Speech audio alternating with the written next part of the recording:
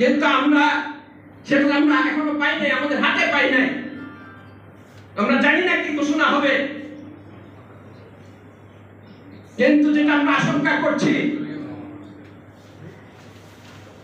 নির্বাচন এই আমাদের কিন্তু অন্যতম প্রত্যাশা ছিল। এই অন্তর্বর্তীকালীন সরকার জুলাই অভ্যুত্থানের বিতর্কে যে সরকার প্রতিষ্ঠিত হয়েছিল, আমাদের আকাঙ্ক্ষা ছিল একটা অবাধ নিরপেক্ষ অংশগ্রহণমূলক নির্বাচনের মাধ্যমে জনগণের ভোটাধিকার প্রয়োগের মাধ্যমে এদেশে একটা জনগণের সরকার প্রতিষ্ঠিত হবে, সেই প্রত্যাশা ছিল আমাদের। কিন্তু আমরা মনে হচ্ছে যে ওইটার থেকে আস্তে আস্তে দূরে সরে যাচ্ছি। এই অন্তর্বর্তীকালীন সরকার ইতিমধ্যে কিন্তু তাদের নিরপেক্ষতা হারিয়ে ফেলেছে। তাদের আশ্রয়ে প্রশ্রয়ে একটা মৌলবাদী গোষ্ঠী মাথা চারা দিয়ে উঠেছে। আমি মনে করি ৭১-এর পরাজিত শত্রুর নূতন প্রজন্ম, কাজে আমাদেরকে সতর্ক থাকতে হবে।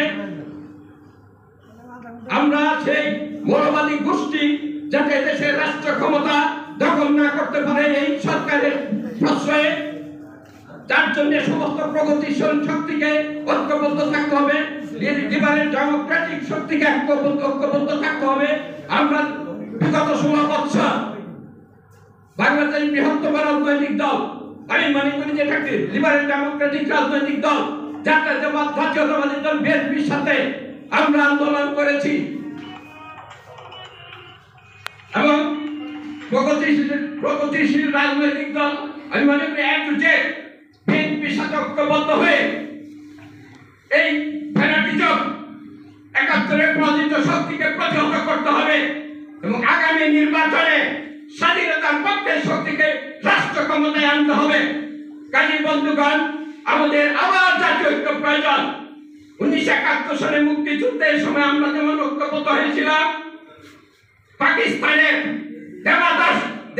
সেবাদাসদের বিরুদ্ধে তার ধর্মের নামে দেশের মানুষকে বৈষম্য, এদেশের মানুষের উপর বৈষম্য চাপিয়ে দিয়েছিল। কাজে সেই ৭১-এর মতো আবার আমাদেরকে ঐক্যবদ্ধ হতে হবে। তারা যেন আবার রাষ্ট্র ক্ষমতায় না আসতে পারে।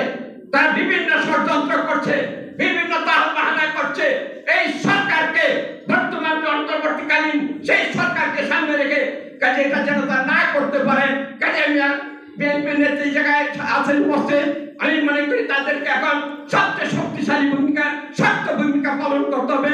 প্রগতিশীল রাজনৈতিক দলের নেতৃবৃন্দ আছেন, তাদেরকে ঐক্যবদ্ধভাবে এই ফ্যানাটিজমের বিরুদ্ধে, ৭১-এর পরাজিত শক্তির বিরুদ্ধে শক্তভাবে দাঁড়াতে হবে এবং সামনের নির্বাচনে যেন দেশের মানুষ তার ভোটাধিকার প্রয়োগ করতে পারে এবং একটা গণতান্ত্রিক পদ্ধতি, একটা দুর্নীতিমুক্ত শাসন, একটা স্বাধীন বিচার ব্যবস্থা প্রতিষ্ঠিত করতে পারে, সেই প্রত্যাশা নিয়ে আমি আমার বক্তব্য শেষ করলাম। সবাইকে ধন্যবাদ।